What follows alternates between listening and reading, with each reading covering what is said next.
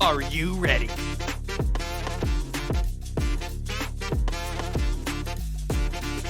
It's time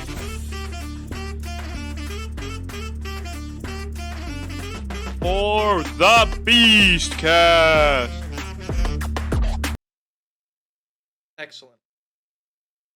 Perfect. Welcome to the Beastcast, episode 23. We're going nuts. We're going absolutely insane. We're going bonkers off the walls. We're like Rugrats out here. I'm gonna need meds. I'm gonna need meds. As always, I'm here with Raven Bones. And also, as always, I'm on my assortment of medications that consist of Batfleck, Dave Bautista, and MCU drama, which, despite we always shitting on, is always fun to talk about. So, welcome. We have a couple cool segments that we were gonna do today. One of them, I'm hoping Raven brought a couple cool, interesting thoughts to the table. Brought a couple plates to the table so I can chow off of. But I also brought a couple plates to the table to chow off of, and one of my plates is the title of this episode: "F it, rewrite it all." And that is, for some odd reason, hold on, my mic's peaking a little bit. For some odd reason, in the new era of cinema, specifically with superhero movies or movies like that have connected universes like Star Wars, we're just deciding to rewrite it all. So we might as well just go on this rabbit hole of why the heck is everybody deciding to rewrite stuff. So before I give my 1,000 brain IQ take, Raven, do you want to kind of go over why you think maybe everybody's trying to rewrite every single universe that's existing? Because they're out of ideas and they realize they messed up. Great. Perfect. So that's exactly what I wanted you to say. I figured you were going to say that. So a recent article came out. We'll get into the DCU bullshit. I'm trying to put in as many S words as possible in this episode. No, I'm kidding. So here is the article, the Marvel one. It's on the screen. The picture is Secret Wars will set up a completely new MCU timeline. Let me just read the the article, at least the synopsis of the article. Okay, here is the synopsis of the article. According to insiders, Avengers: Secret Wars will completely set up a new MCU timeline going forward. Kevin Feige reportedly wants the film. Gosh, I cannot read this morning. Wants the film to be a send off to not only the current MCU but all of Marvel movies that came before Iron Man. It will be a soft reboot to make way for something all new, all different, and potentially leading to new casting and actors. What are your thoughts on this? That's how the article ends. Or at least that's snippet of it ends. So, my question to you is, do you think that this will be a successful reboot? No. I mean, it depends on what they decide to do. I mean, they want to rewrite everything with brand new casting, and I guess it's going to have to depend on that casting and how well they make those movies, because those old movies like Iron Man were absolute bangers. People thought Iron Man was going to bomb and that it was going to be crap because of Robert Downey Jr. And then it turned out to be one of the best MCU films. So I don't know what they could do better. Well, yeah, and I mean, here's the thing too, and I feel like Marvel's kind of, I don't know why they're doing this. It's kind of like you do as you see and not see as you do, you know, um, because they have a point right now where they have essentially DC as shot itself in the foot, right? The Warner Brothers has shot itself in the foot with the DCU and the DCEU, and right now, currently, they have them at the jugular. Like Marvel is a wolf, okay, and they have the human DC. Literally, they have their entire throat in their jugular, and all they have to do is bite down. But for some reason, they're just letting go, and they're just letting them continue to frolic around and not end essentially DC entirely. DC is in complete shambles right now. This would be the perfect time to step in, you know, and take action, like with making like great movies that are going to compete in the market. But instead, they keep doing these stupid decisions, and now like even talk about basically rewriting the timeline with new cast and actors. Well, it just sounds exactly what DC's doing right now. You know, like it sounds like the exact same thing, which I Uh, don't understand. I don't understand like their reasoning behind it. Like they surely they don't think if they recast Iron Man that it's gonna do better than Robert Downey Jr.'s Iron Man. There's just no way. no, there's no way.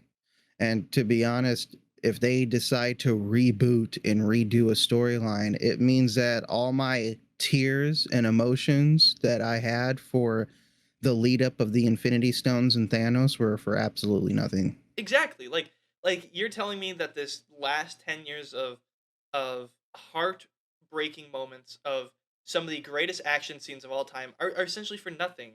I mean, that's kind of the big thing with the DCU why I wasn't a fan of it because it was like you're essentially just telling me that everything I've ever watched from DC, gosh, my fucking ringer. Everything we've watched from DC is just it doesn't matter. Nope. Don't worry about it. Don't rewatch it even. You know what? Don't even go ahead and rewatch it. You know, because it's not even worth it. Because we're gonna make better stuff. Like, are you? Are you really?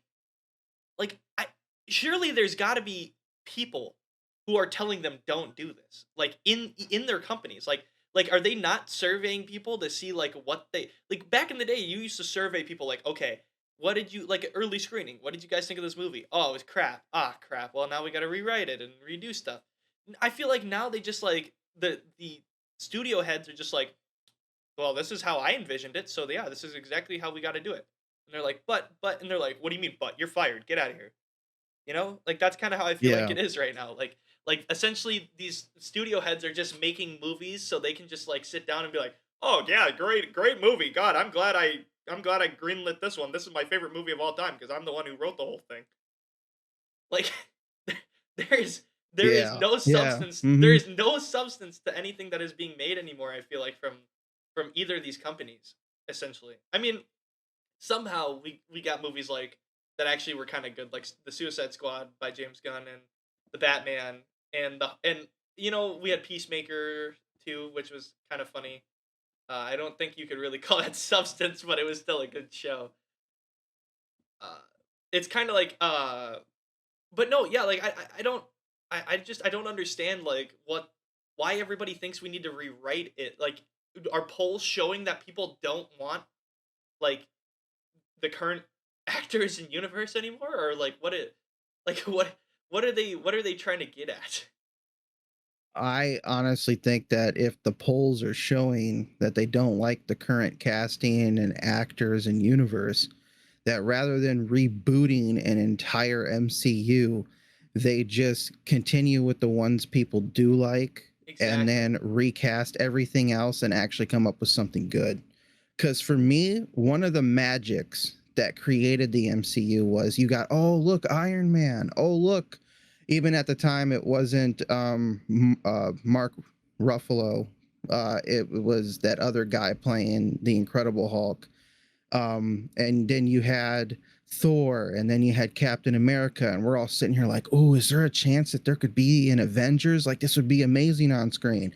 Like, these people, when they were first starting out the MCU, they were actually just experimenting and they were just writing and improvising how they would want a story to come out. And then essentially, we got the first Avengers movie where they're just like, yeah, we're giving it our best. And, you know, you could tell that it was all in its infancy. And when we finally got to see all of them on screen with an invasion of New York, we were all literally pissing our pants going, yeah, this is what we always wanted. And it's kind of like you can't recreate that moment of making cinema history with having all of our beloved characters on screen again.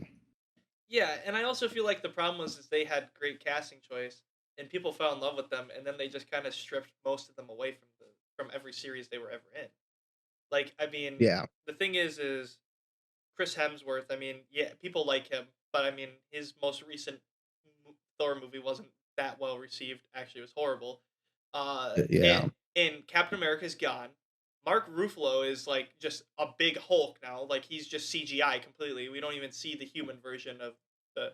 We don't see Doctor what's his name Banner, right? Yeah, Doctor Banner anymore. It's just I am Hulk. Like we are Hulk. And then Iron Man's gone. everybody's gone. Like everybody cool is gone. I feel like. No offense to like Tom Holland and all them, but I just like, sorry guys, you guys will never be as good as.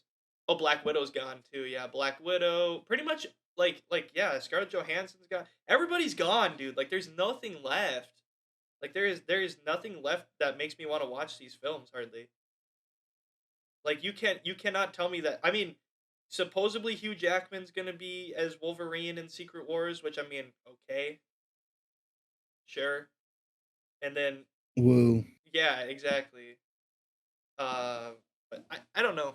I think the problem is there's no Ryan Gosling in the MCU. If there was a Ryan Gosling, it'd be all right. What do you do? I drive. I think the only way to save it is to finally include Deadpool.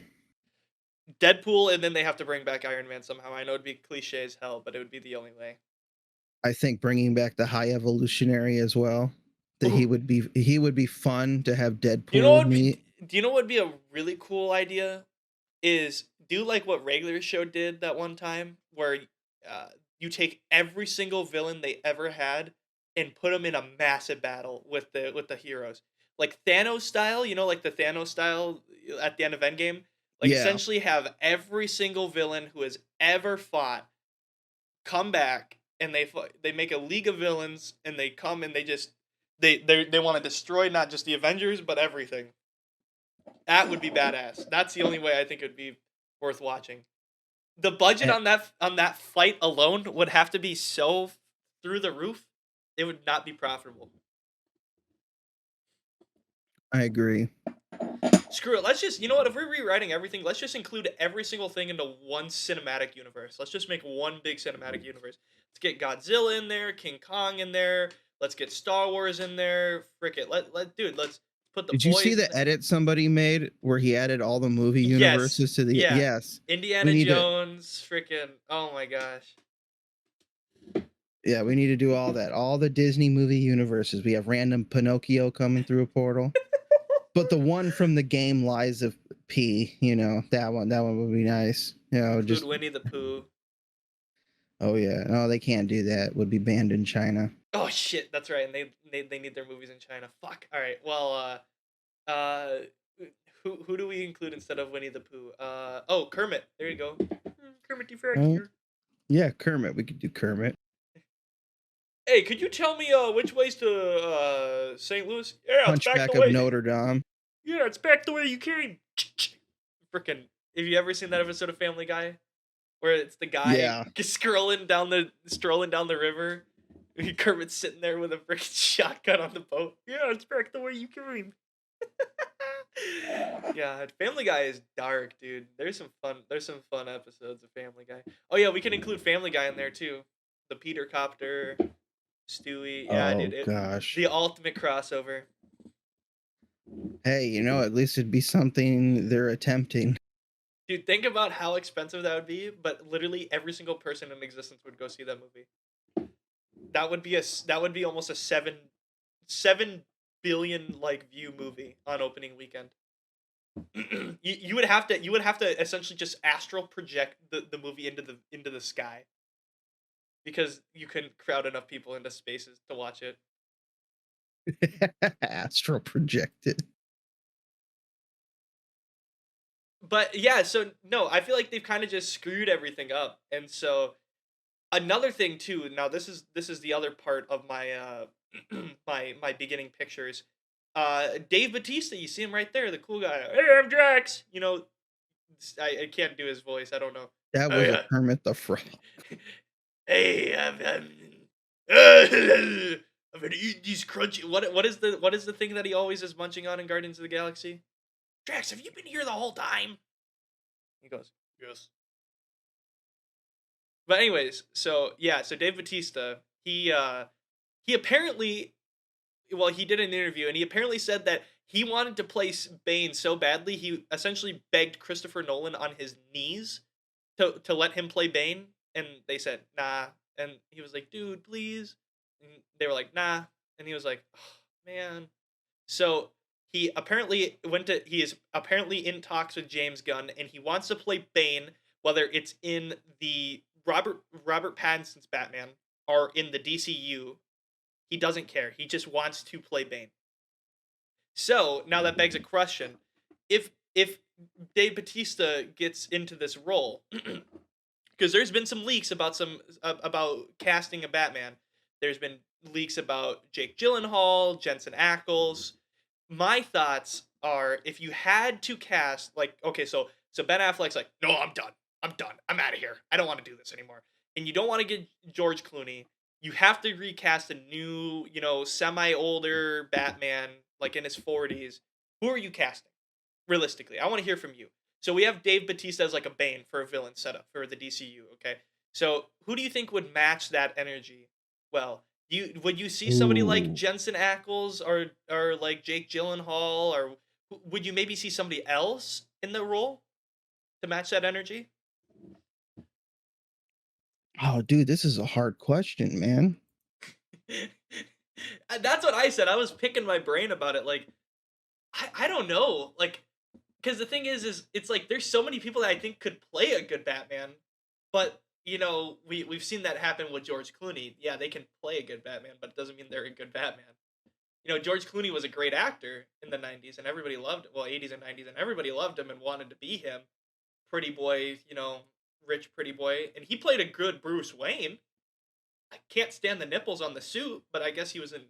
Yeah, he was not a nipples Batman suit is a no. That's why I'm glad they didn't freaking go any further with that cameo of George Clooney, because if he would have showed up with nipples on his Batman suit, I would have walked out of the theater. Dude, I'm not even kidding. There's you cannot convince me that is worthwhile. Nah, you're right. You're right.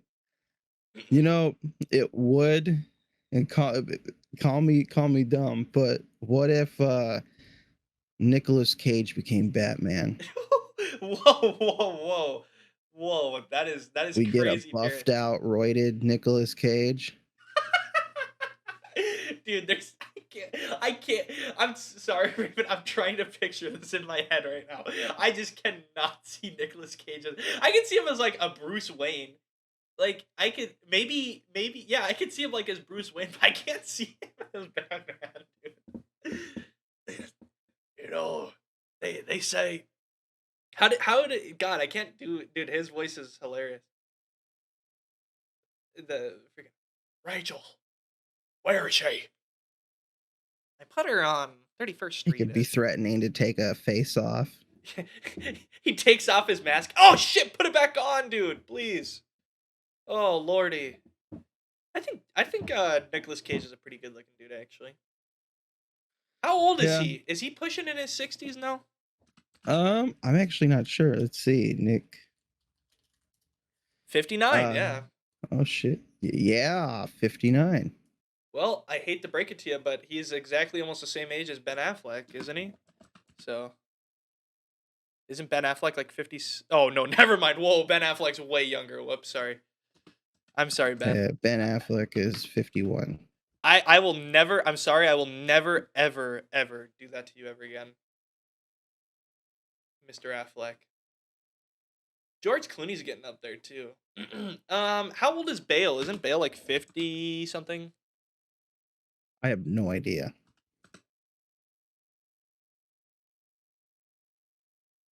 Christian Bale is 49. Dang. Have you ever noticed that? I don't know if it's just me, and maybe I'm being an asshole, but Christian Bale looks old for 49, doesn't he? Am I the only one that thinks that? Like maybe You're not the only one that thinks that. If it seems like in one camera angle he's normal, and then the next he forgot to do his American Psycho morning workout. Yeah, I was gonna say, cause like he's not that old, cause he was only about 20. I want to say he was only about 26 or 25 when he filmed American Psycho, but like, yeah, like I don't know, like he looks so much older than I like. Maybe do you think it has something to do with all the steroids and stuff he took? I mean, yeah, it could be. I mean, he took so much crap to be able to fit the body weight of roles that I wouldn't be surprised if that's the case. Yeah, cause yeah, dude, I Christian Bale is set to play as the new Superman. Jesus. Oh God, how funny would that be? Where's Lois?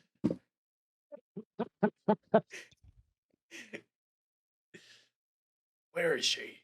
But I think Jake Gyllenhaal. Here's the thing about Jake Gyllenhaal. As a Batman, no. As a Bruce Wayne, no. Like I just don't think he fits either of them. You know what? Maybe as a Batman, but he's got a. Here's the thing about his face shape. You gotta really like. He's got a very distinct jawline. Like that's the thing about Robert Pattinson's too. Robert Pattinson's got a very distinct face, so it's really hard to make the mask work properly. And I just feel like he would fall under that same category where you're gonna get this, you're gonna get this kind of like weird looking mask face thing. I Mm-hmm. I you want my opinion? Jensen Ackles is probably my favorite person if they had to play Batman. I mean, Okay. no, go ahead. I'll let you go ahead. I'll let you go ahead. Okay. No, I was just saying okay to you. And then I had the dumbest idea pop into my head to ever happen. What if we got Johnny Depp? Whoa, Mr. Johnny D. I Johnny. think I think he can get in shape for it. I agree. He's at that he's at 60s, but that's still like that age pool that they're looking for. They're looking for the kind of older guy who you can make him look 40 if you tried. I mean, if it's not that, then I guess we have only one option left. We're gonna have to cast Keanu Reeves, Keanu Reeves is Batman. I don't know if I bringing want to. John Wick from the Here's the grave. problem. Here's the problem with Keanu Reeves and Johnny Depp. I don't want to see either of them. Well, okay, Johnny Depp I've seen with short hair, so I don't mind Johnny Depp with short hair. The thing about Keanu Reeves with short hair is he's become so defined by his longer hair that I don't know if I want. He's gonna have to cut his hair if he becomes Batman. Essentially, I mean, I don't know, man. I don't know if I want to see that. I want you to imagine just for a moment that Keanu Reeves, they bring the John Wick universe into the new Batman universe. Keanu Reeves isn't really dead as John Wick. He's still alive and nobody knows, not even Winston. And he becomes Batman and he arrives at the Continental ready to bring the pain. Okay. Yeah, I actually that would be okay, here that's what I mean. Like, dude, we gotta do a big like all in one universe. So okay, so Clancy Brown, the guy who plays in John Wick 4, what if he comes back as Alfred? Do you? He's the voice of Mr. Krabs too. I just love that. I love that Clancy Brown. he just he plays he also played in Detroit to Become Human, right? Mm-hmm. So there's a scene in Detroit to Become Human. Somebody's just screaming. Oh, it's a dog. Okay. I'll find it. Clancy Brown swearing Detroit to Become Human. Okay, viewer discretion is advised. Maybe. No, never mind. I'm not gonna play it. Nope, I won't do it. But no, essentially like hearing him swear, like I remember hearing, I'm like, that voice sounds familiar. I was like, that voice really sounds familiar. Who is that? And then all of a sudden, I in my mind, like I was like at school that day, right? When Detroit to Become Human, or no, it was right after, it was like the last day of school when Detroit to Become Human like dropped, and I remember it was like the last day of school and we were like doing all the fun stuff that you do in like ninth grade, where you're just like, I'm gonna do nothing because I got my whole life ahead of me. And I was trying to think of like, I was like, who the frick is that guy? Like, who voice acts him? And like in my head, like it flashed into my mind. And I'm not even kidding. I just hear the "Arr, arr, arr, arr," like the laugh in my head. And I was like, it's Mr. Krabs, dude. No way. It's him. And I looked it up and I was like, it is him. It's him. And oh my gosh, dude, I was laughing for an hour straight at it because it was like I can't imagine him ever in a serious role. And he plays in John Wick 4 too, which also kind of was the same thing where I was like, dude, I just can't, I just cannot. I can't take him seriously. Not when he played in SpongeBob. Speaking of SpongeBob, have you ever Bro. noticed how many weird like dark Easter eggs there are in that show? Oh yeah, yeah. Like the I have. Nosferatu, then who was flickering the lights? And like the what was the other one? There was another big one where they were like fishing. Um what's it called? Yeah, there was like one when there was fishing, right? It was called Jellyfishing? No, it was Fishing with John. It was a show in the 90s. And there's like they pulled a scene from the show and put it into SpongeBob for some reason. It was really weird. There in like all the wasn't there like supposedly an episode where fucking Squidward kills himself, but that was actually just a creepypasta or something. Uh, I don't know, man. Like I remember like the eyes thing, you know, where he's got like the bloody eyes. You know the picture I'm talking about? Yeah. Yeah, that's what that's like what the thing is. Okay, I have an idea. What's the Okay, idea? stay with me because this is gonna sound real stupid. Okay. I love that. Okay. All right, this is an idea for a Batman movie. Okay, Okay. so you have a aging, crippled Bruce Wayne who is a vegetable and bedridden, can't do anything.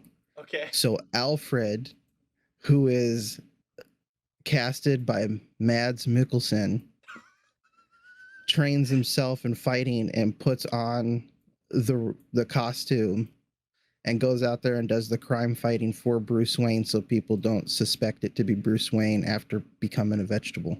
That Batman Why disappears. do you want Mads Mikkelsen in particular?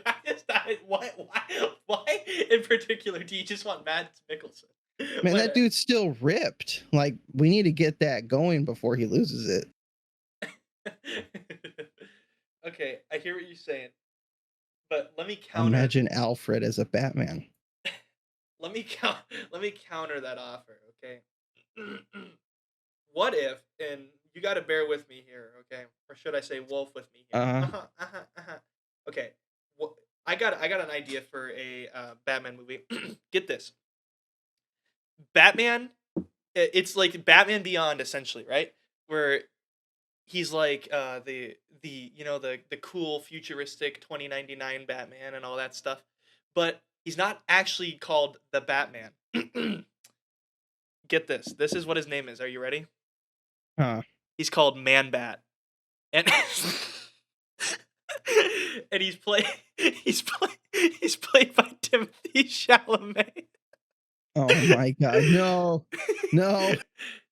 And he speaks. He o- he speaks like Yoda. He speaks like Yoda, where the beginning of sentences goes at the end. Because he's No. Man Bat, not Bat. Oh god. You know, I was actually trying to be serious with mine. Timothy Oh, Matthew McConaughey as Batman. All right. He- What- Dude, Matthew Leo is Batman. No, He could be a no. good Bruce Wayne.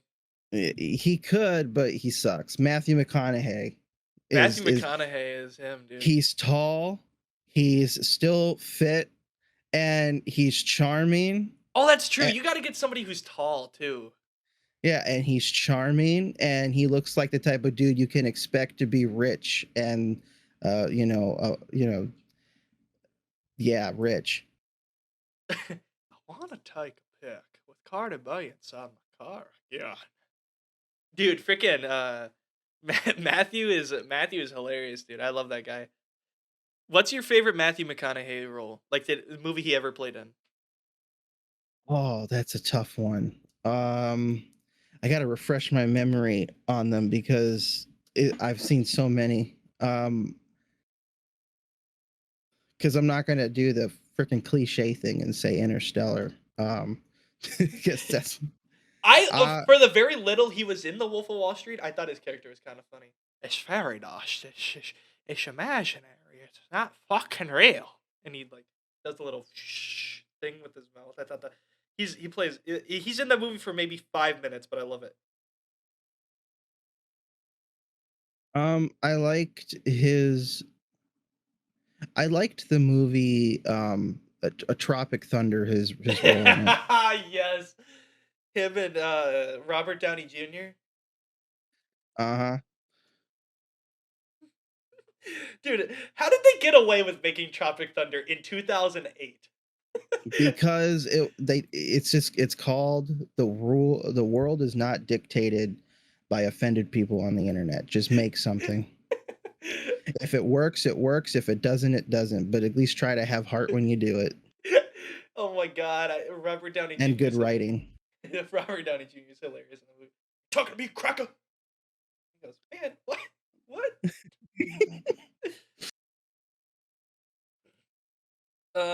He played in what else did he play in that I thought he was pretty good in? He played in the Lincoln Lawyer movie. Oh, I thought he was pretty good. God, what's that movie? God, why am I not thinking of it? He played in that movie. It was in the 90s. It had Sandra Bullock in it and Samuel Jackson. Can't think of the movie. I'm gonna look it up. Oh, okay, hold on. Oh, A Time to Kill. That movie's pretty good. Ooh, it has Kevin Spacey in it. Really? Rip Kevin Spacey. Amazing. Castle House of Cards. You know what was funny is this was funny. So before the Kevin Spacey controversies were breaking out, I was just like, I keep hearing House of Cards is a good show.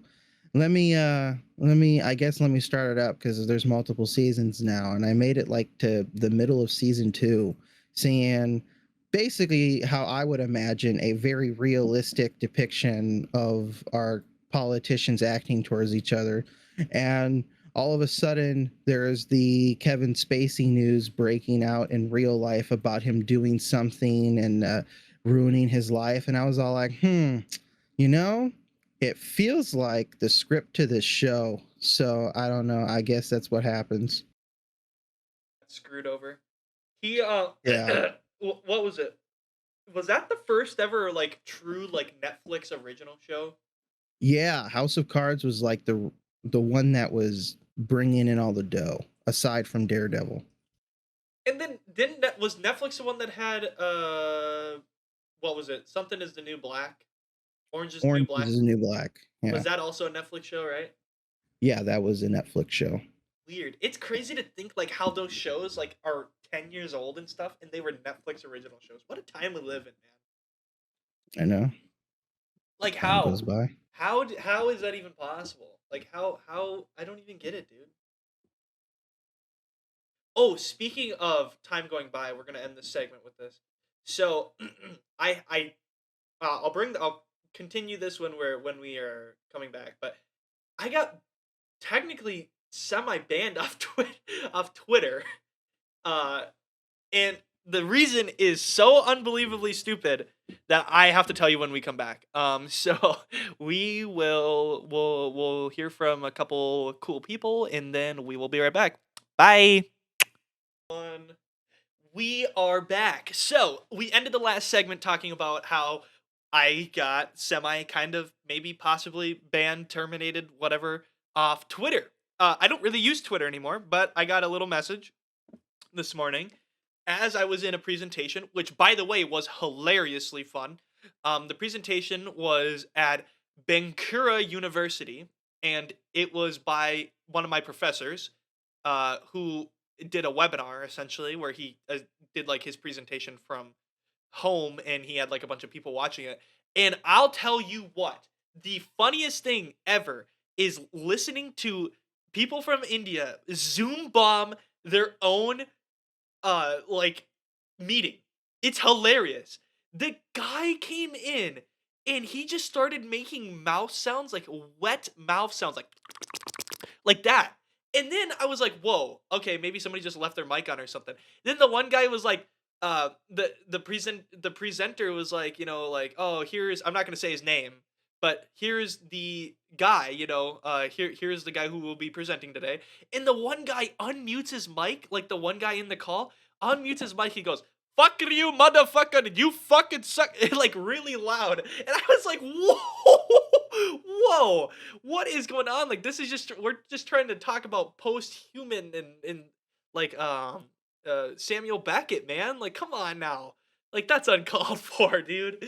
But so I was in that, and I get a message this morning while I'm in the middle of that, and it says, "Your account has been locked on Twitter." And I was like, "Oh, it's just one of these stupid, But I actually went to the email, and I was like, "Whoa, wait, this is real."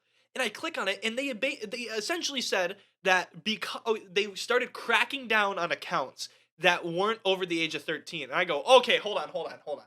I know I'm over the age of 13."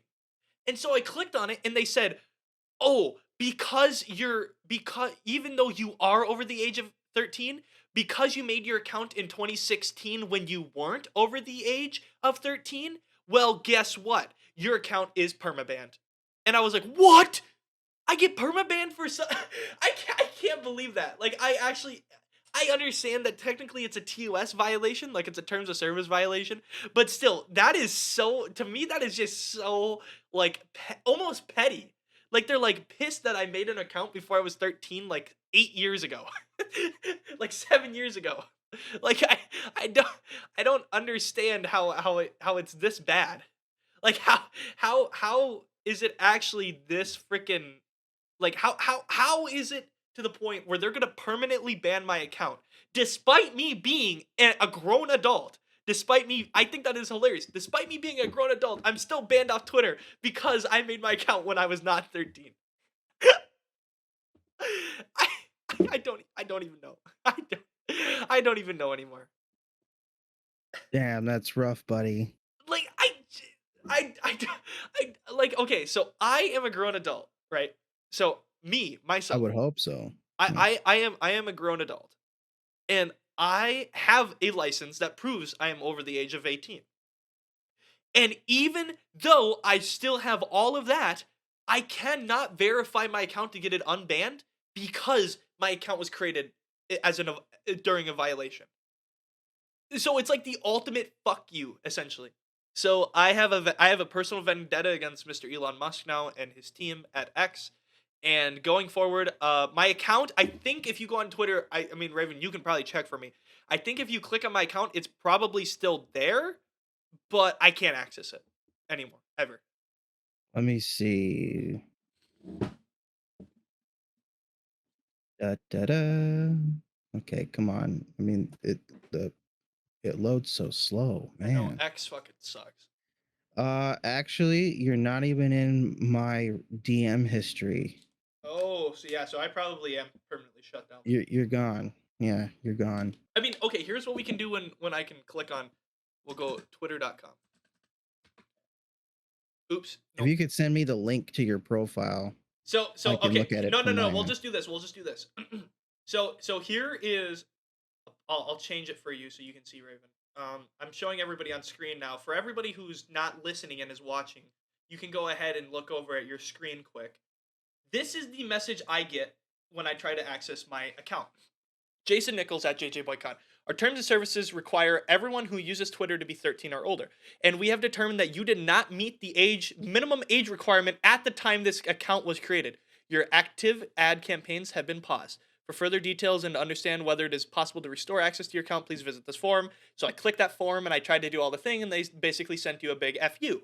So I was like, well, you guys are a bunch of assholes. Like, I don't know. I kind of got a little upset about it. Oops, sorry, I didn't mean to go back. I kind of got a little upset about it. I wasn't happy, and I now am personally against X. And going forward, I will no longer be using X.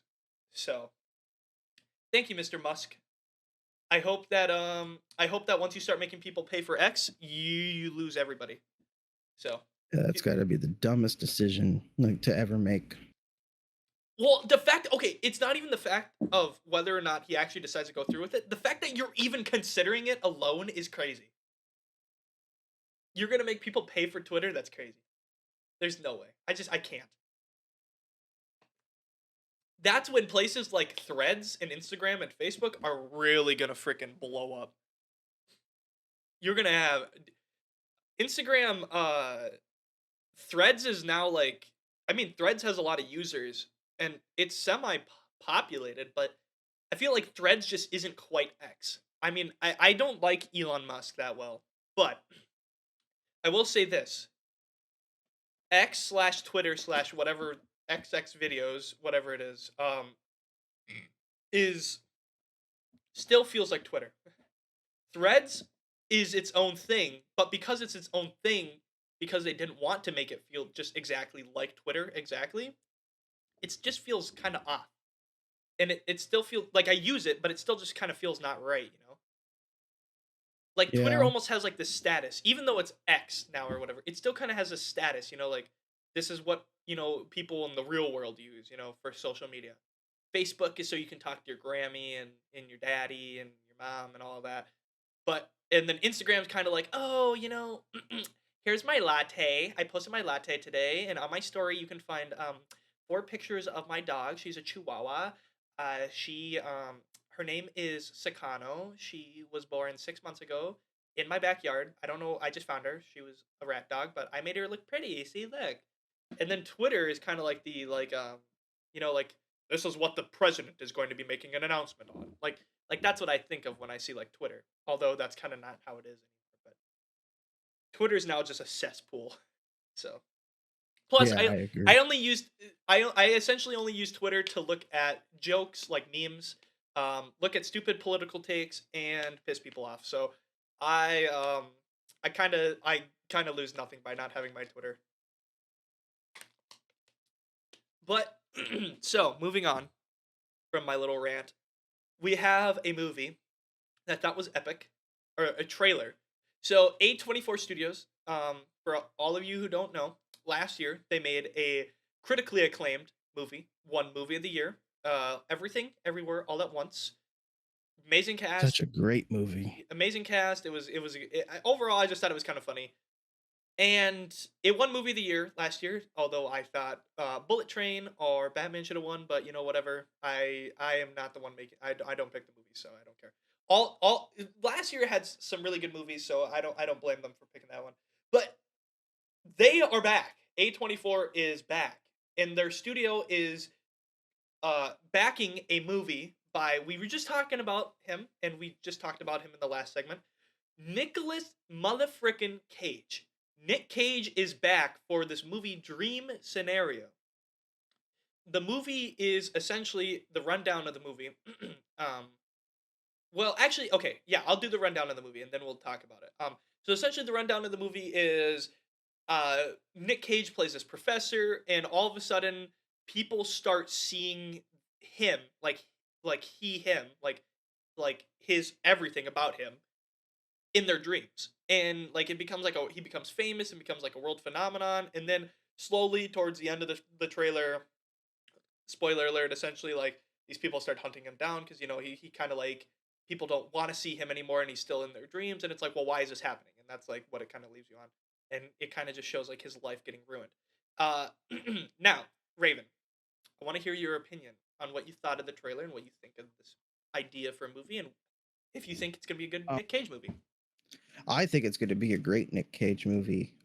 Dreams and the weird, messed up things that can happen from dreams is like my number one favorite topic ever because of, my dreams and how screwed up they can get. Mm-hmm. And I just love this idea altogether. I think I already have an idea of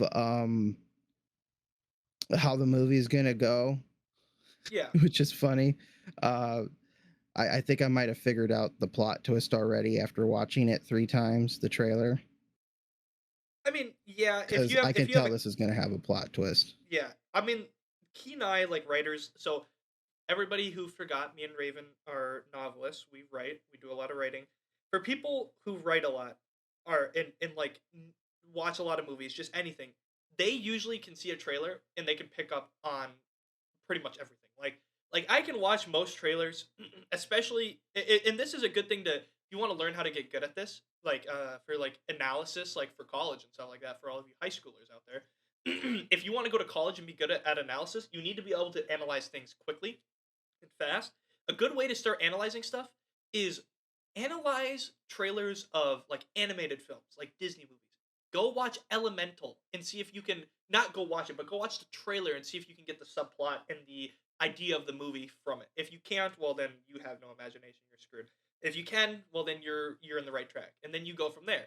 Now, it gets more complex when you start getting up to like movies like this, but still when you have a keen eye like Raven does or like anybody who writes does, you can see these things. And yeah, I'm assuming that I kind of figured out the whole basis of the movie.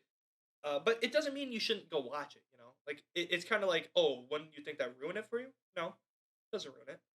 No, because I could still be wrong, or they can still Exactly. do, or there could still be parts of the movie that obviously I can't guess everything down to the Tooth and bone. tooth and bone. Yeah, to where I'm gonna still see things that go, whoa. I mean, there was okay. Which movie was it recently? Came out. It was a Netflix movie. Um, Dang it! It has the dude who plays in The Boys as Homelander. Let's Oh, see. shoe balls. Yeah, I know what you're talking about. It's got Anthony Starr in it, right? Yeah, He's Homelander. Yeah, yeah. I remember seeing. Okay, let's go to Anthony Starr. I got it. Okay. Cobweb. Okay. Okay, the movie's. I don't know why it's rated low. Okay, I didn't watch a single trailer for Cobweb, and maybe that's why. But I did see the poster to it, and a poster can still give me kind of ideas for it. And as the movie is going on, about 40, like the first 40 minutes, I'm sitting here and I'm telling you, I'm bored out of my mind, and I'm like, okay, I already know where this is gonna go. We've seen this premise a million times, Hmm. and then something happened in the movie, and it made me dead wrong. And the last half of the movie, I was enjoying the absolute hell out of it. See, that's kind of how. Did you ever watch Once Upon a Time in Hollywood? Yeah, I Yeah. did. So I actually liked that movie all the way through. I thought all of it was fun, but a lot of people that's how they were with that movie, where they were like, "What the hell did Quentin Tarantino just make? Like this is he's essentially just making Brad Pitt and Leonardo DiCaprio just roll around and do stupid stuff." And then all of a sudden there's a plot twist at the end of the movie and you're like, "Whoa, whoa, whoa, wait, this is kind of crazy." Cuz and then it kind of makes it like, "Oh, so that's why it's called Once Upon a Time in Hollywood because it's actually like essentially just a fairy tale, of a real situation, kind of sad, but Mm-hmm. but that's kind of how that movie was too, which I think that's if this movie can do something like that, I think people are gonna especially love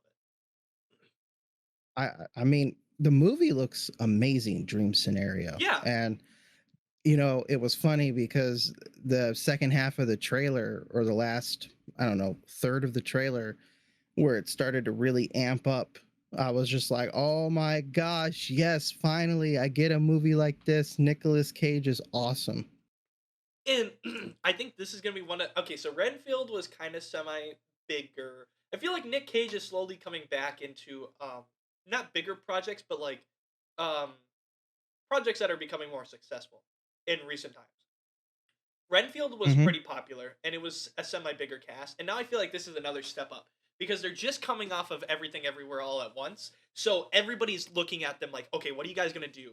And with a trailer like this, they're gonna get traction. I'm gonna guess this movie's gonna do great at the box office. If you want my opinion, I'm gonna guess, or is it not? It's coming to the box office, right? It's not like a, I believe it it's is. not an exclusive anything. I hope not, because I really want to not watch it on Netflix because that will semi ruin it just a little bit. Let's see. Is there a release date of the movie? Stop playing it. We're gonna get copyrighted. November 10th. Okay. It's got Michael Cera in it too, which will be funny. You know, Michael Cera. Him and uh what's his name? Jesse Eisenberg. I swear sometimes they're brothers. They kind of just they remind me of each other. Although Jesse Eisenberg is less of a nerd than Michael Cera is. Michael Cera is just straight up a nerd. You know he sells a True. flip phone? A flip phone? Yeah, like he doesn't use like any touchscreen phone. He only uses flip phones because he doesn't want to buy a smartphone. I That's pretty based. and apparently he like emailed a thread. Chris Evans was like talking about it. He emailed a thread for the Scott Pilgrim versus the World cast. There was like an email chain that they had like in 2010, and he replied to it like 2 months ago. And Chris Evans was like, "Dude, what are you doing?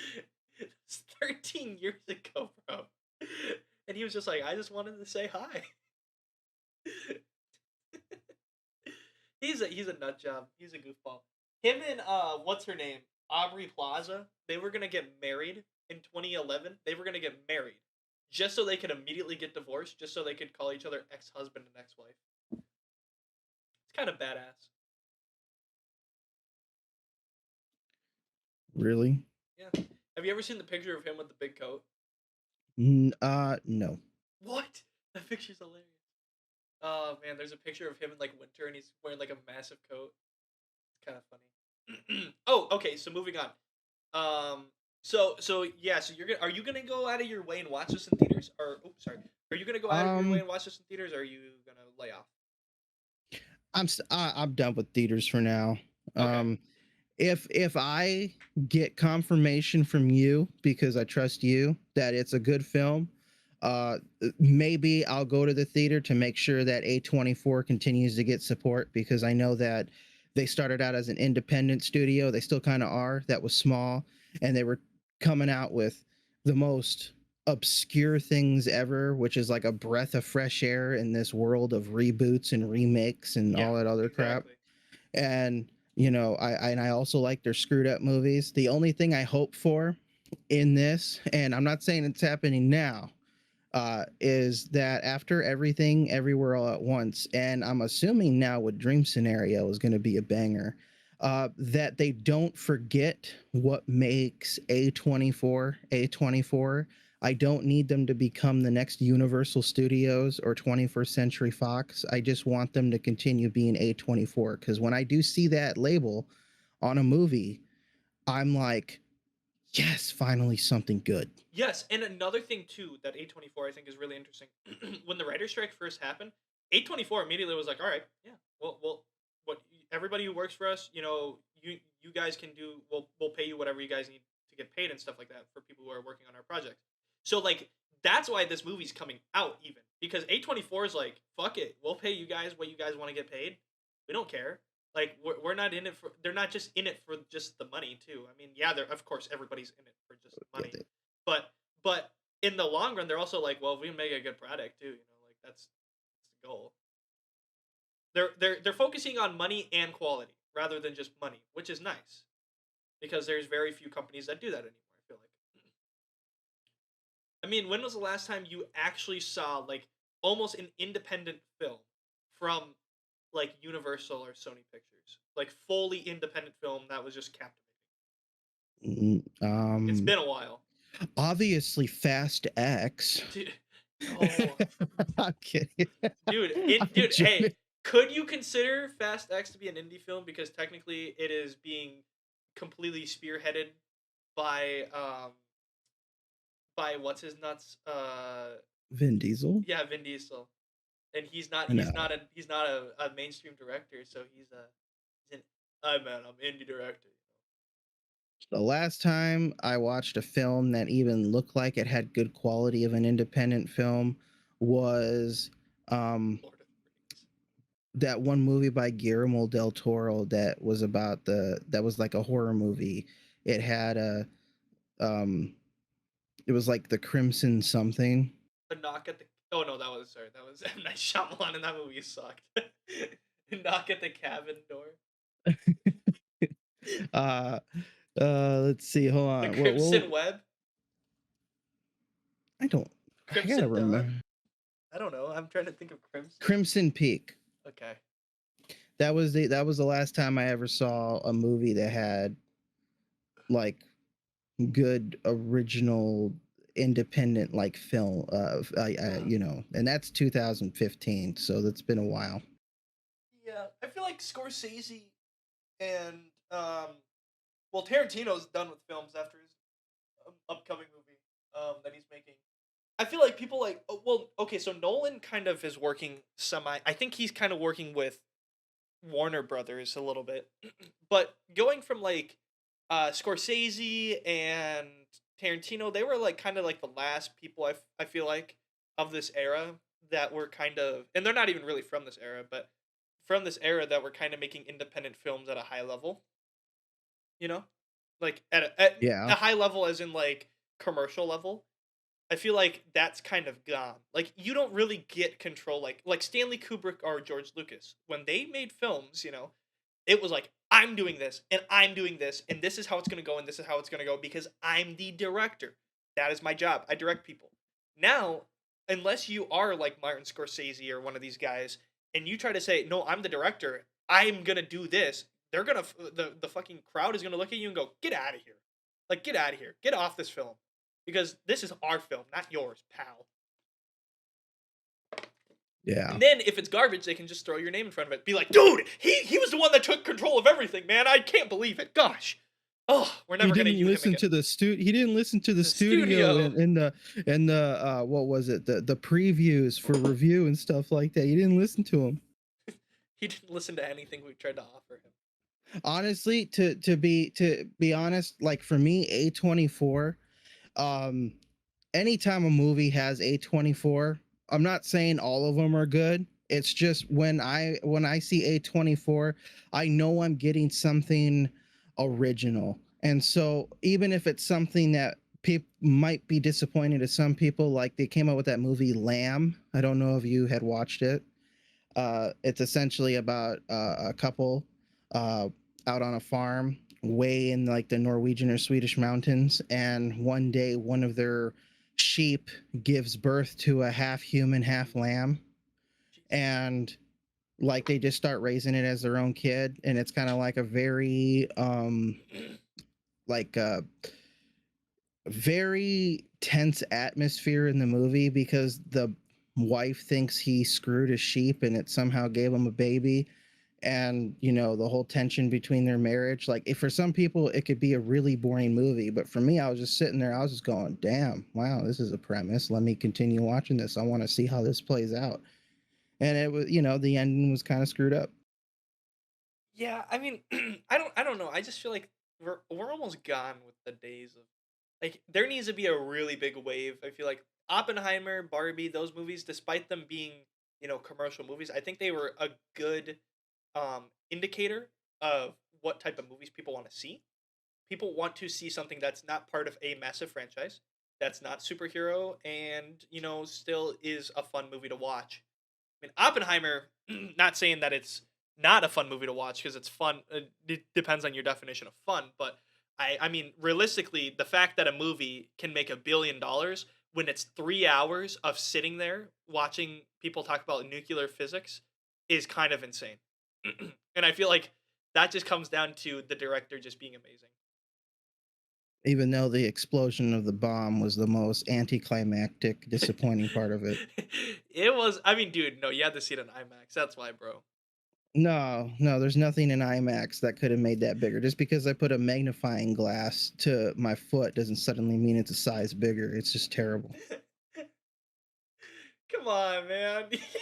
No, dude, it was that explosion, the whole movie. I was waiting for that explosion until it came, and then when it came, it looked like somebody accidentally blew up too many fireworks in their backyard, and it was a very small explosion too, by like a small city for the 4th of July. It was horrible. It was stupid. It was dumb. And I honestly feel like this was one of the times where Christopher Nolan actually screwed up and should have went with CGI to actually bring home the idea of the nuclear bomb, because we have the footage of that testing from that day. And let me tell you, the original footage from 1950 that was real looks a whole lot more devastating and bad than what the hell I got in there. I feel like I got toyed with. Like I got teased and was left there to dry. Yeah, I mean, okay, but the I mean, the movie, rest of the movie was good. I yeah, mean, Robert Downey Jr. gave a performance that made me like want to stand up and clap in the middle of the movie, because like it was good to finally see him do something great. But the explosion, the main reason why some people went, man, it ruined my whole day. so I saw the movie in Rochester, and it was one of my. I don't think I've ever seen a movie fully in IMAX before it. So it was my first time in an IMAX theater, and it was good. The thing is when you're in an IMAX theater too, about IMAX, is the sound is so like crazy. So like even when it's not even like during the nuke part, but like just when stuff is going on, like the music or like the like you can just like kind of feel like you almost feel like you're there. It's kind of crazy.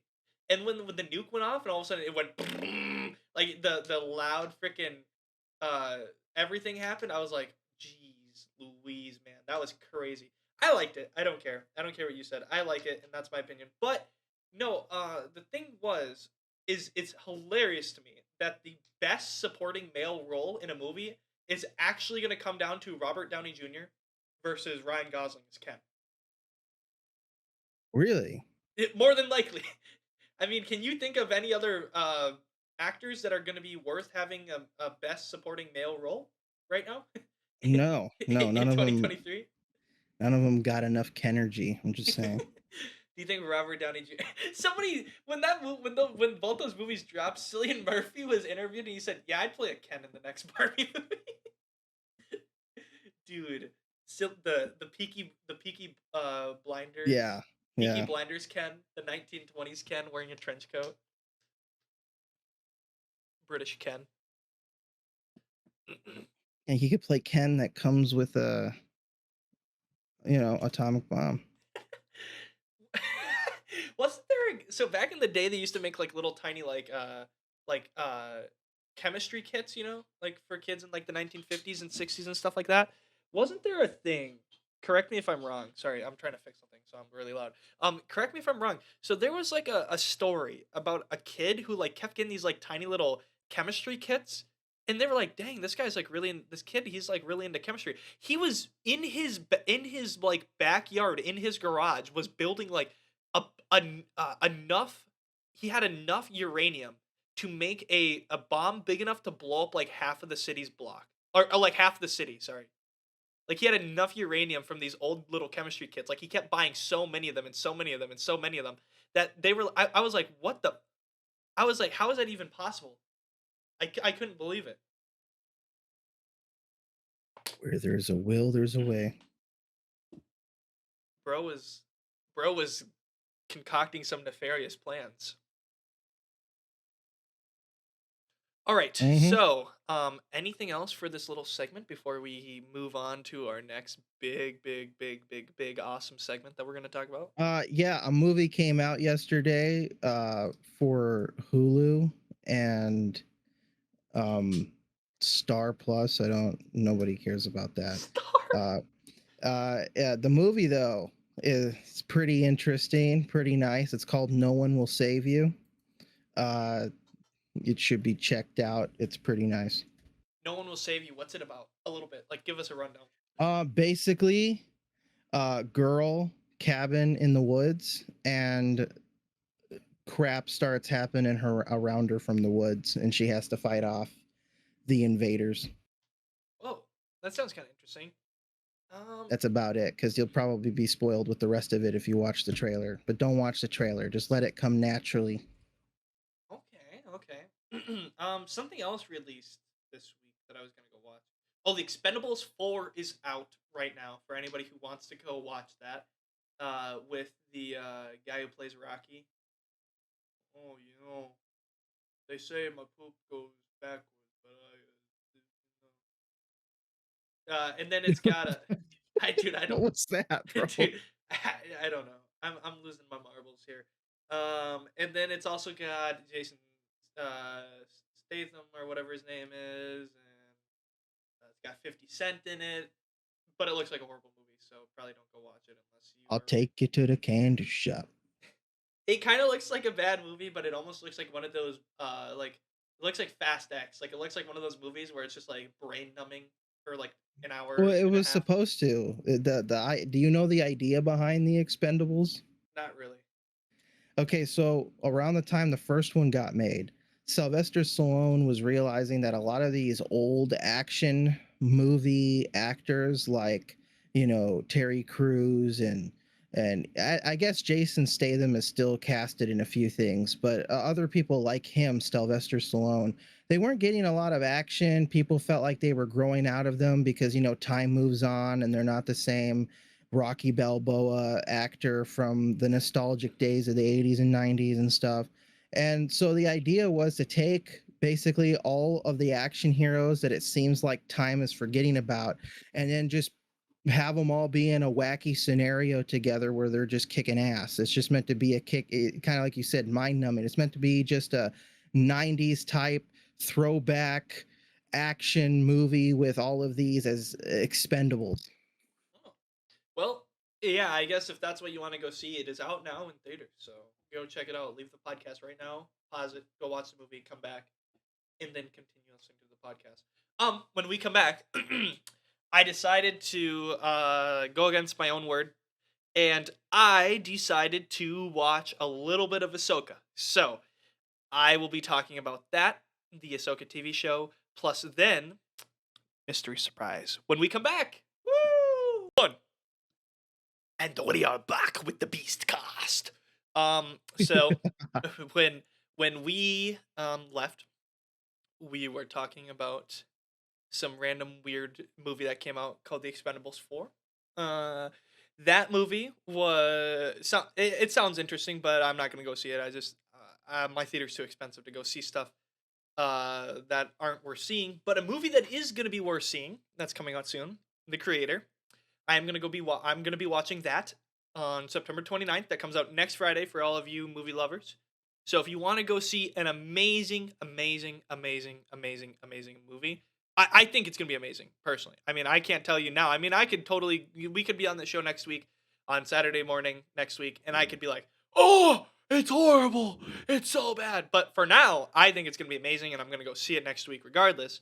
Um, and then my opinion might sway or change depending on the movie. Now, on that note, the other movie, there's two other movies coming out on the 29th. It is called Saw Patrol. That is what we're calling it. It's Barbenheimer 2. Saw Patrol is essentially Saw X and Paw Patrol. Both the movies are releasing on the same day, and it's going to be the biggest movie Friday of all time. Yep. Bro, you got to stop coupling those two movies.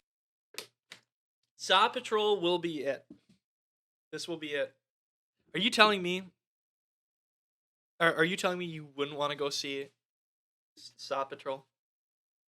Yeah, I'm telling you that. I don't want to Okay. go see Saw Patrol. No. There was I one thing that was pretty cool about the Saw movie, at least, that I thought was kind of interesting. There was a 4D poster that came out of the movie, and it was an X made out of like a bunch of or no, sorry, it was a picture of Jigsaw, what's his name, Billy or whatever, I don't know, made out of bodies, which I thought was kind of cool in 4D.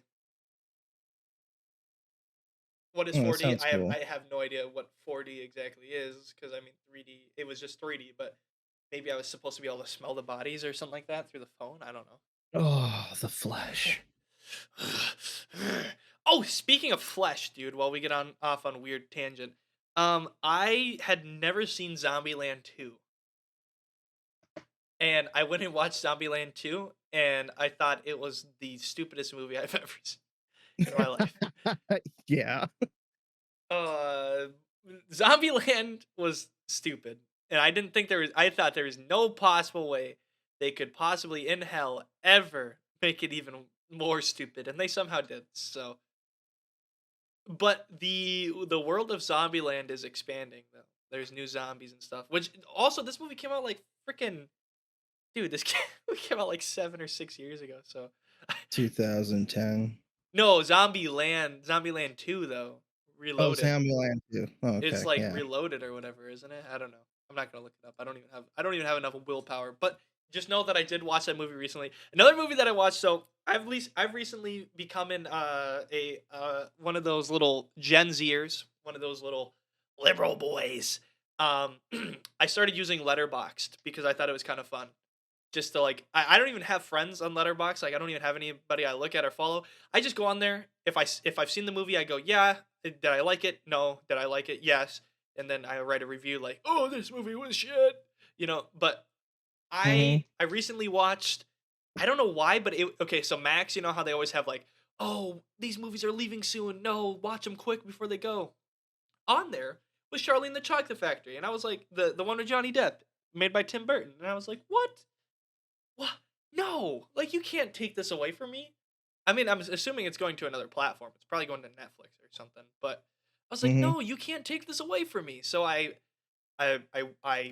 watched it and I was like, dang, I forgot how good this movie is. I love Tim Burton, and that's when I was like on my. That's when I messaged you last night. I was like, dude, we should go on like a Tim Burton marathon, dude. Tim Burton, man.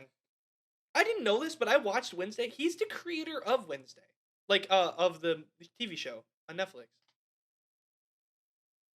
Really? Yeah, I didn't ever think that he would go to that, but it makes sense, I guess. They should have never casted Jenna Ortega for that. They had too I saw way too many NSFW things that I should have never seen ever of that character because of All her. because of. I actually agree that the whole casting of that show was stupid. Look, does she fit the role like very well? Yes. Did it need to happen? No. For the No, it love, didn't. no. Jenna Ortega is a great actor, but it actually completely ruined that character. And then they also TikTok also ruined the Lady Gaga song Bloody Mary, dude. Look, okay. Not I'm going to pull a Patrick Bateman here, okay? Not saying that I'm into girl pop, but I am into girl pop. I'm a little bit into 2010s pop, okay? And like I love my music more than I love anything else. And Bloody Mary was a great song by Lady Gaga, the third queen herself, uh behind Katy Perry and Beyonce. And um, let me just say this: the song was good. I did not need to hear it sped up and played over every single edit of Wednesday ever, like ever to exist.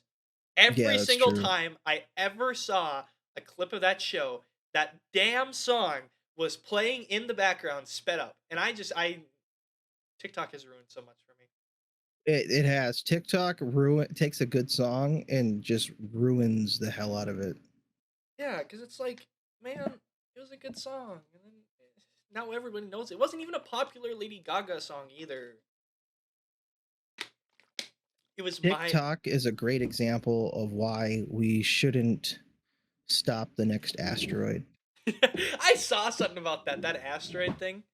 Did you see about like that? There's some tiny little asteroid that's gonna hit in like Utah or something like that, and I sent it the naps and I said, make sure to be outside that night. Because it's an asteroid about the size of it's an asteroid and it's about the size of I want to say probably like the size of my room probably. So it's not that big. It's decently big, but it's not that big. But it's moving at about 15 times the speed of a bullet. And it's gonna hit somewhere in Utah and it's gonna make a decent crash. And so I sent that to Navs and I was like, yeah, make sure to be outside that night. You never know. You just want to stargaze. Maybe it pew! This morning Mr. I Need Naps was found smashed, blagunged. That Came word down is with a bad case of the asteroids. dude, Asteroid City? Dude, what was he thinking? Starstruck. What was he thinking about when he was making that movie? Wes Anderson, that's what I ask about.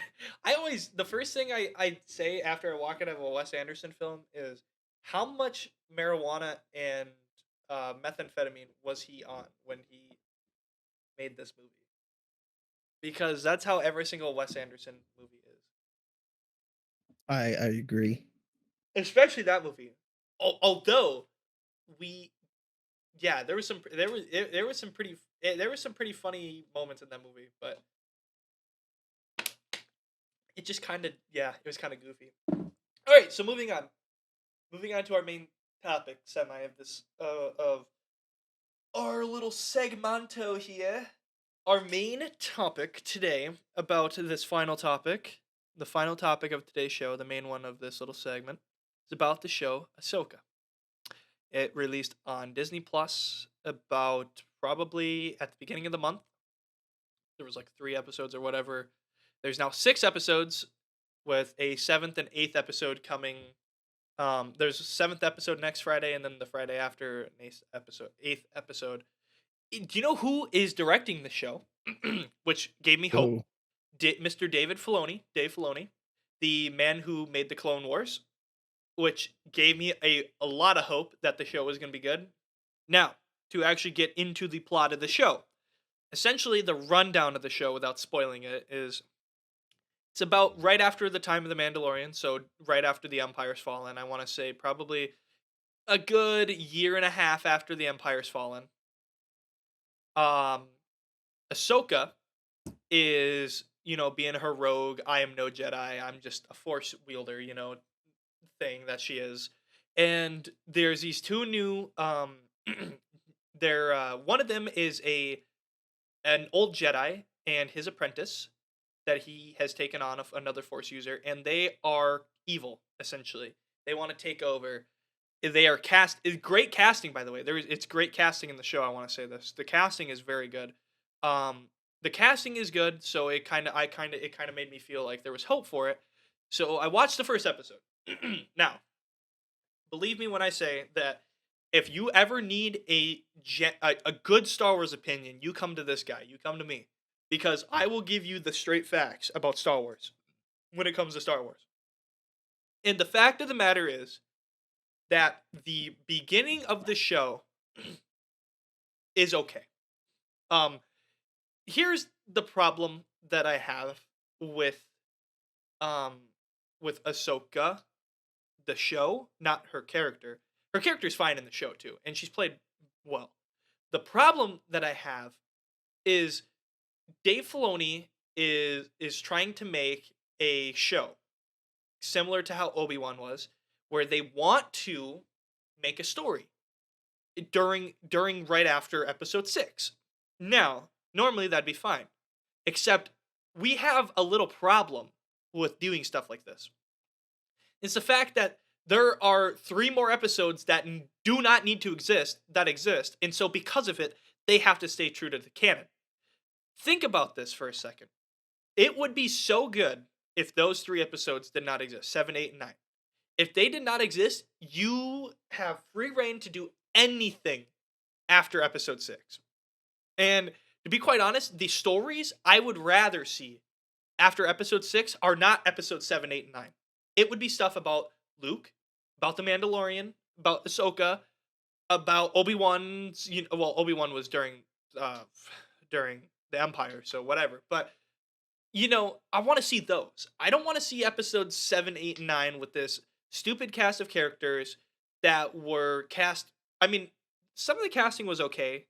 Like, other than, okay, so who played Poe again? What's that guy's name? I have no idea. Frick, I can't think of the guy's name. He's an alright actor, and John Boyega is a good actor. The rest of them are pretty much doo-doo water. I didn't really like any of the actors after that. But no, because those exist, now you're having to write in a time period that you could expand upon so much with so many cool ideas. Like, oh, this new emerging threat, like they could be a serious problem to the galaxy. No, they're not. You know why they're not? Because I know they're not. Because I know episodes 7, 8, and 9 exist. Here's the thing that and people will say, like, oh, well, you can make that argument about episodes 1 through 3. because episodes 1 through 3, you know that Darth Vader is going to come and you know the Empire is going to fall. But that's not the reason why we wanted episodes 1 through 3. The people wanted episodes 1 through 3 because we wanted to A, see how Anakin became Darth Vader, and B, we wanted to see this old republic. We wanted to see this republic. Okay? We didn't want to be like, "Oh, there was nothing before episodes 4, 5, and 6." So George Lucas had free reign to do whatever he wanted up until that point and essentially just flesh the story out. But when you do it the other way around, where now you have episodes 7, 8, and 9, well now you kind of are forced to run down a similar plot line because nothing can happen. You can't have anything happen that's going to change the timeline unless you do some really wacky stuff and just decide to say screw the canon, which then, it gets it gets pretty it's that's when you get stuff Yeah. like Marvel and DC where they're like, "Oh, the multiverse." But it's obvious Dave Filoni wants to flesh out a storyline that would branch into something new, that would branch into maybe a trilogy or some sort of show that would be, about like this new emerging threat to the entire galaxy. But he can't because it has to coincide with the already rules that are in play. Which the problem is they are horrible. I don't like them. And we have such a good show with such good potential, but he can't do anything with it. He can't do anything with this amazing show. And that was kind of the problem with the Mandalorian. It is just like, "Oh, Mandalorian's here and he's gonna we're it's a time of peace. Well, it's not because we know 10 years from now, freaking uh, I almost said Jason Skywalker because that's supposed to be his name in the uh Kylo Kylo Ren Ren. and Rey are coming and this whole thing happens like 15 years from now. So it's no, it doesn't work.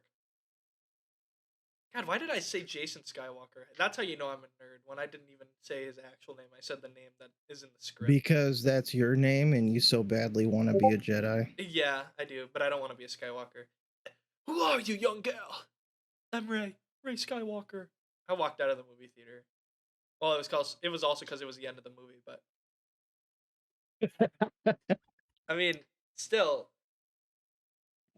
no. They have Star Wars should have never had episode 8 and 9, 7, 8, and 9, 7, 8, and 9. If Disney just said right now they exist, they're live. They pull the old DCEU, say we're scrapping it, we're done with it, it's over. We're F it, rewrite it all.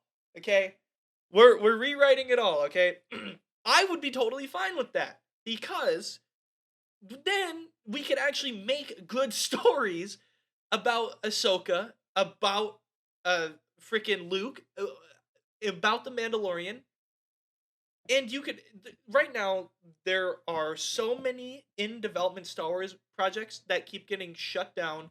It's crazy. The the people who made Game of Thrones had a Star Wars trilogy that they were gonna make, but then they decided to poopy butt Game of Thrones because they wanted to make Star Wars. They're like, "Dude, screw it, we're making Star Wars. We don't need to care about Game of Thrones." And so then they got that taken away. Then they wanted to give Dave Filoni a trilogy. Well, then Dave Filoni said, "Well, I'm making Ahsoka, and I'm also working on this and this and this." So then it was like, "Well, crap, dude. Like, I don't know. Like, what? Frick. Okay." So then that got scrapped, and then they wanted to do a Darth Revan trilogy about the Old Republic. And then that got scrapped, and then they just wanted to do an Old Republic trilogy with no named director yet, and then that got scrapped.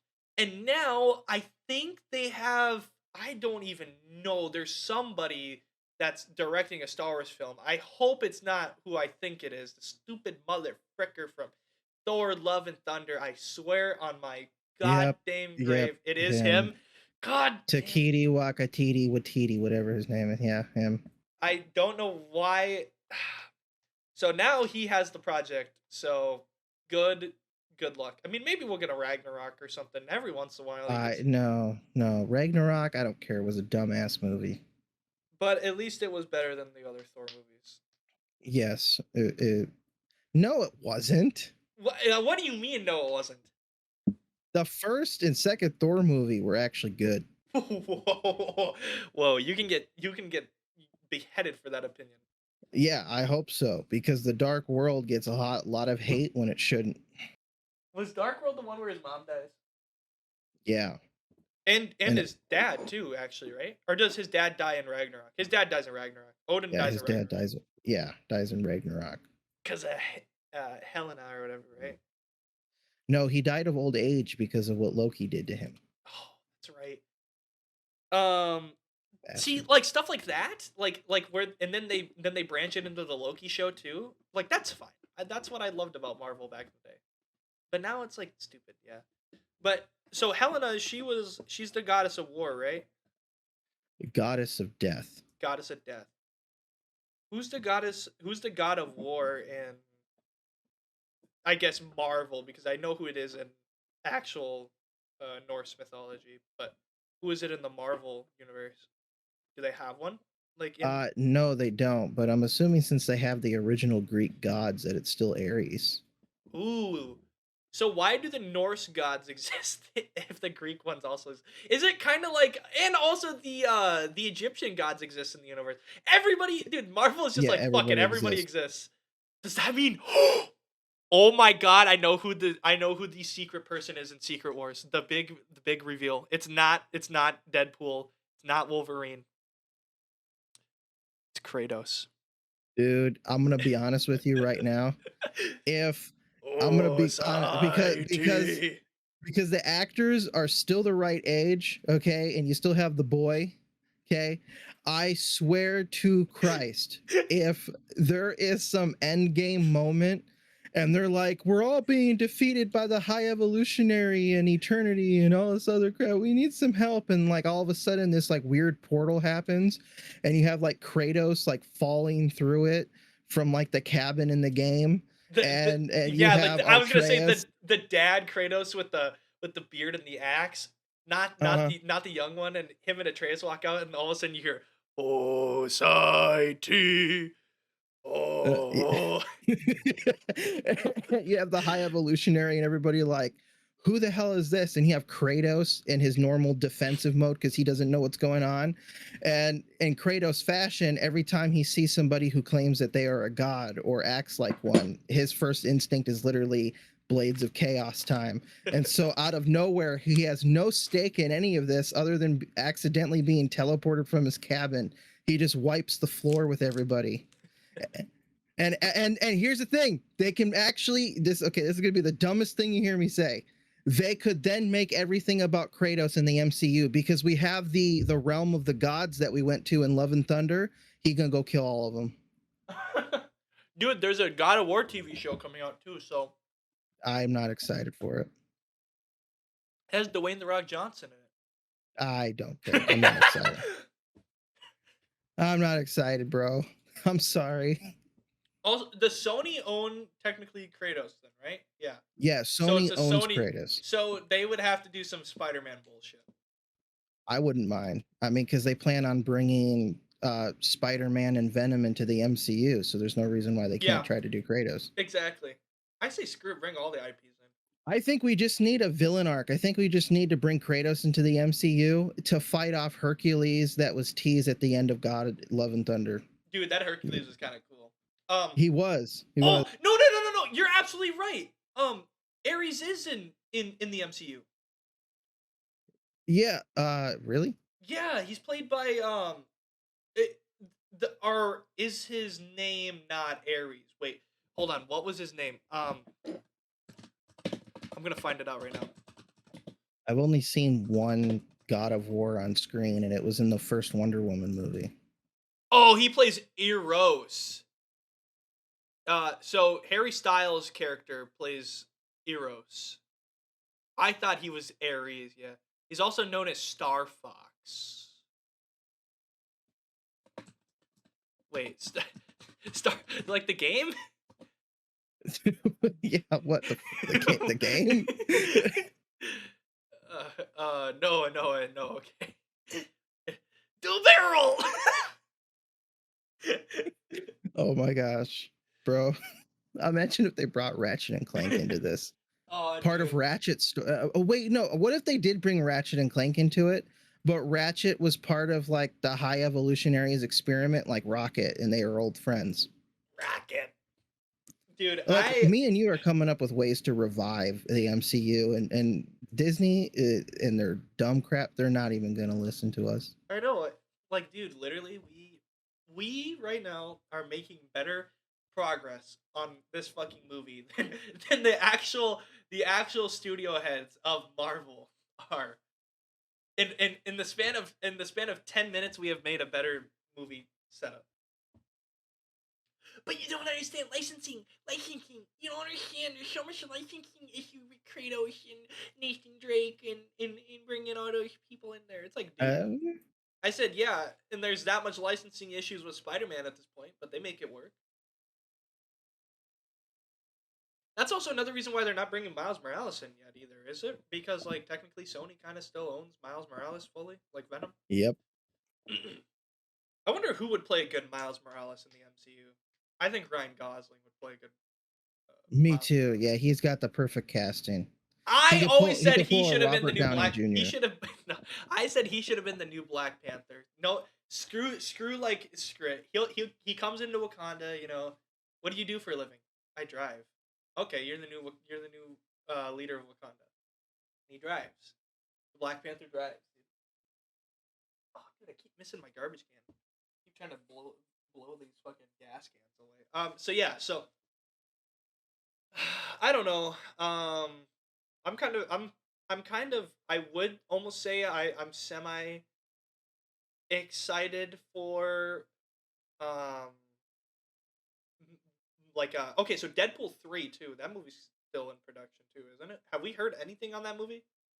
That the production for it has the last time I'm confused on the timeline for it. I heard that it stopped, but then I heard it continued. So but I'm not sure in what order. Is it still going to come out next year? No idea. Because I thought that was like Deadpool 3 is coming out next year with shoot, what's that other Marvel movie that was actually kind of like somewhat interesting? Hold on. Oh no, it's not Marvel at all. Sorry. It's Joker 2 is coming out next year. Joker 2 looks kind of cool. With Lady Gaga. Yep. I'm actually curious. That could actually be good. It's gonna be a musical. Look, man. I've seen crazier stuff done that has been way more successful. So. Okay, so your opinion on the Osaka show so far? How many episodes okay, yeah. are So you we in? totally got off on off the wrong foot. So right now there's 6 episodes. I've watched 2 of them. Okay. And see, okay, go ahead. Okay, you watched the first 2. I'm assuming. Mm-hmm. I got spoiled about something. Yes, online. I got spoiled too. No. I know exactly. I saw a clip of something I shouldn't have seen. Involving a fellow yes person who was and awesome. I'm gonna be honest. I figured out what episode that was on. I didn't even watch the first 4. I just went to that one. Well, now I know what episode it's on too. So thank you, sir. But I didn't watch the first 4.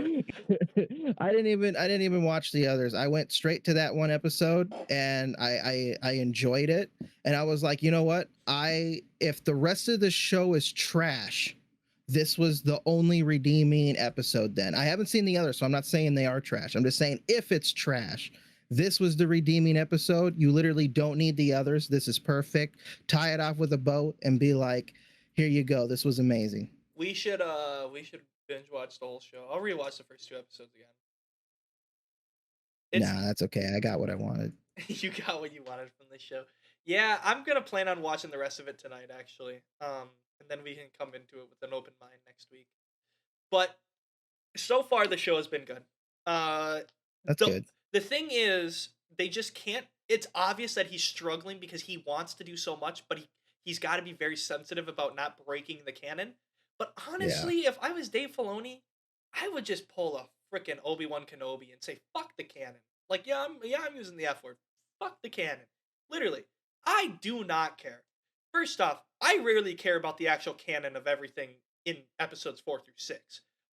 That gets rewritten by every single author who's ever made a book about them.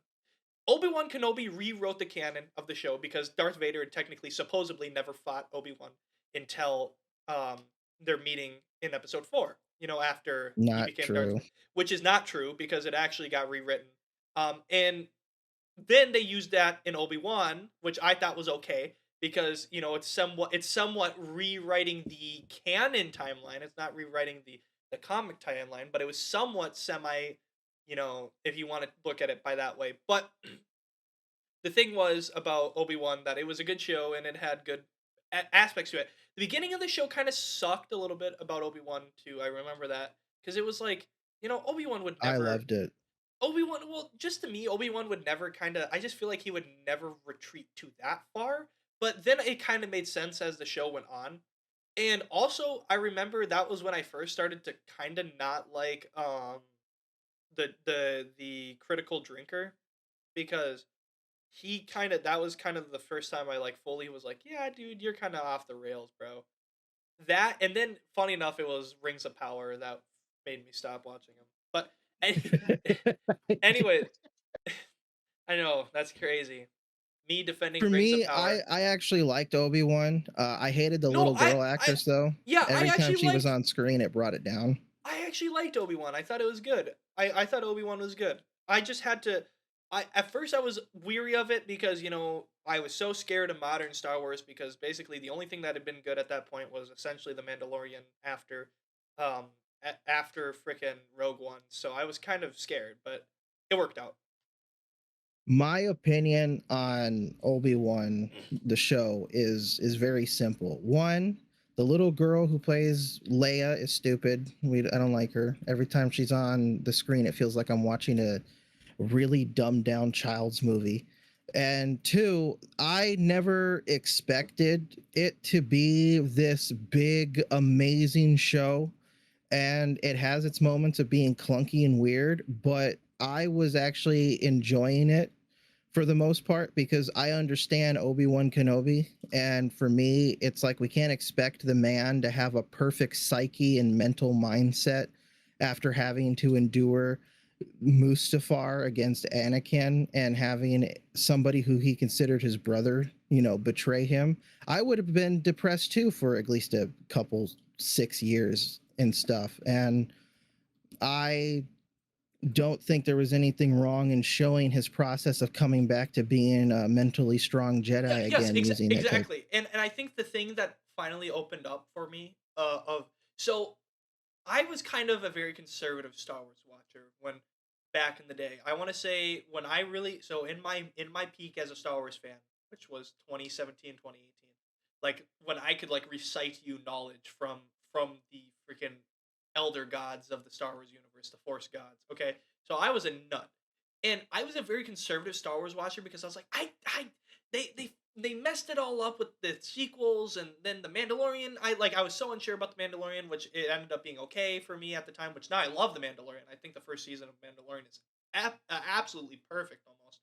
Um, the thing that opened me up finally was the Fallen Order game, Star Wars Fallen Order in 2019, because I realized that you could, with the right story, right in that time period and change stuff a little bit. And that's when I got kind of opened up to like allowing them to do that. And then they did that with the Obi-Wan show. Now, are there still some stinker shows in the Star Wars universe? Oh, yeah. Um Boba Fett show is one of them. Um but Andor was good. Everybody overhyped Andor, so it made me come into it with too high of an expectation. Um Obi-Wan was great though. And I think that as it stands, it's a standalone series. It's a standalone. You're only gonna. That's all you're ever gonna get. I would be open to seeing more of it. I would be open to seeing a second season, not pertaining to Darth Vader, but pertaining to Darth Maul, maybe, perhaps. Yeah. I want to say Darth Maul, kind of his little reign of terror with the Crimson what I think is a Crimson Web or whatever their name is. The his underground thing. Like he was the leader of the underground before Boba Fett during the Empire. like right before the time of Boba Fett. Actually, Boba Fett even worked for Darth Maul at one point. I think at some point I would love to see a season of Obi-Wan where it focuses on that, and then we see Darth Maul, and he helps take down Darth Maul, in the Crimson. Ahsoka also helps take down Darth Maul, but that was in Rebels, so that was completely different. Speaking of that, so yeah, so they actually are following Rebels. Like they're following Dave Filoni's canon of Rebels, and it's because the only reason they are is because it's Dave Filoni directing it. Anybody else, they wouldn't have done that. And we are seeing people in live action that we've never seen before. It was kind of like when I saw Ahsoka the first time. I was like, whoa. Because when I saw Ahsoka, there was rumors. There was like through the grapevine during COVID when Mando season 2 dropped. Through the grapevine, there was these rumors of, there's a couple Jedi in season 2, and I was like, what? Who? I was like, Luke. I said, how are they gonna do Luke? Which they also did Luke, which is crazy. And then I thought about it. I was like, no way they're gonna do Cal Kestis or Ahsoka, because Cal's actor is looks exactly like him because it's just mocap. So I was like, no way they're gonna do Cal Kestis. I said it could be a possibility, but no way. And then the rumors started spreading, and I was like, there's no way it's Ahsoka. And then I saw the double white lightsabers. So you know how people get white lightsabers, right? In the universe. No. So you are essentially to make a red lightsaber, you have to take your kyber crystal and you have to make it bleed, and you have to basically force it to turn red. You have to get a white lightsaber, you have to make your sabers bleed, turn red, and then you have to take the crystals and you have to basically put all of your force essence into them and cure the crystal. So essentially, by her having white lightsabers, it essentially means that she's went through the dark side and back. Kind of like the purple with Mace Windu. But so when I saw those two white lightsabers in the Mandalorian through the fog on episode 6, I think it was, of Mando season 2, I'm not even kidding. I got goosebumps so badly. I paused it. I did a lap around my house, and I said, "There's no way." And I watched it, and I almost had tears in my eyes. It was perfect, and it was exact. And I'm so glad they're doing this because the Rebels, it kind of almost made me feel the same way, with everybody, and so I'm excited to see where the show's gonna go. And there's still a couple more episodes too, so it's not the end of it. But yeah, so Ahsoka was definitely, if you have not watched it, give it a watch. You'll probably like it, and if you're a casual Star Wars viewer, you'll definitely still like it too. Like if you're one of the people who likes, oh, I actually like the sequel trilogy. Well, first off, you need to stop listening to this podcast. And second off, yes, you'll like this too. So Yeah, get out of here. yeah. So with that, I think we can wrap up. Raven, you got any other little things you need to talk about or say? No, that's it. Once again, we thank you for listening all the way through. You guys are crazy and amazing, and without you guys, we would not be doing these. So we appreciate all you people, especially you who listen to the end and listen all the way. We're gonna be trying a new segment next week. Essentially, our segment is we're gonna start having people give us little comments in our Discord server, which you can join. By the way, join our Discord server. And we will be reading some of those off. And also, we're going to come back to our roots a little bit, even though, yes, movies are our roots. We've talked about a lot of film stuff, but we want to get back into video games and stuff, too, at some point. So, we will try to game on, fellas. Fellas and fellettes. I don't know what the female version of a fella is. Anyways, I yeah. don't either. So, with that, You call them the fish.